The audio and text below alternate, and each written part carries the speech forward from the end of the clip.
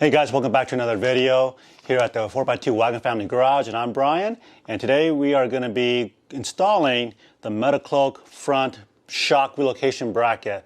Now, the reason why you may want to go with this particular bracket is for a couple reasons.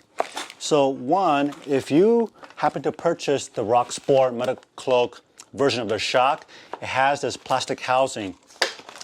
Kind of looks like this. So if this looks familiar, what's going to happen is that if you guys mount that shock on the factory mount, as your suspension goes up and travels up and down, this plastic piece actually and the shock rubs against the frame. And then what's going to happen is that you're going to end up with something like this, which is unfortunate because this is what kind of gives the shock a unique look. Otherwise, it just looks like this.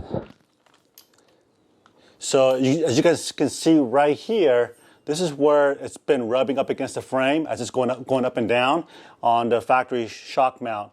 And so to resolve this issue, you're going to want to purchase this part number 7104. Okay, 7104. Now there's two issues that I ran into so far on this install, and I want to bring this to your attention that's not outlined in the instructions. So first of all, here in the packing list, there should be a passenger side and a driver side. And when I open the box, where's the other part here? Where did it go? Oh, here it is. When I open the box, and as you guys can see, these are identical. Okay, so there's a driver side orientation and a passenger side orientation. And in the box, part number 7104, you get two passenger side. So it should have included the driver side as well. So I'm going to be communicating this back to Metalcloak, let them know that, hey, you guys want to look at your boxing. So that's unfortunate because I got the whole front end torn apart, and now this project has become a little more exciting. Okay, so that's one. And number two, they want you to drill out these three holes. Okay, so as you guys can see, the factory shock mount is like this orientation. Let me focus in here. And then with the new bracket, it's actually going to pivot the shock 90 degrees. So this becomes your new relocation area. See that? It basically comes out away from the frame about 2.5 inches.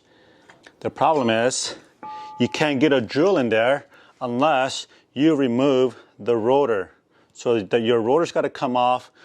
So just be mindful of that, because that's the only way that a standard drill like this is going to be able to get in here is with that rotor off, and you got to turn that steering wheel all the way, to the driver's side. For example, right now I'm working on the passenger side.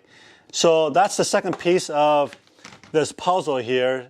You can't, I don't know. So I'm going to also relay this back to Metalcloak so they know to include this part right here to remove the caliper and the rotor to drill that hole out. You could technically drill it on an angle without taking this thing apart, but I recommend just taking the rotor off. That way you get a nice clean shot into that hole, and that way you do it right. Okay?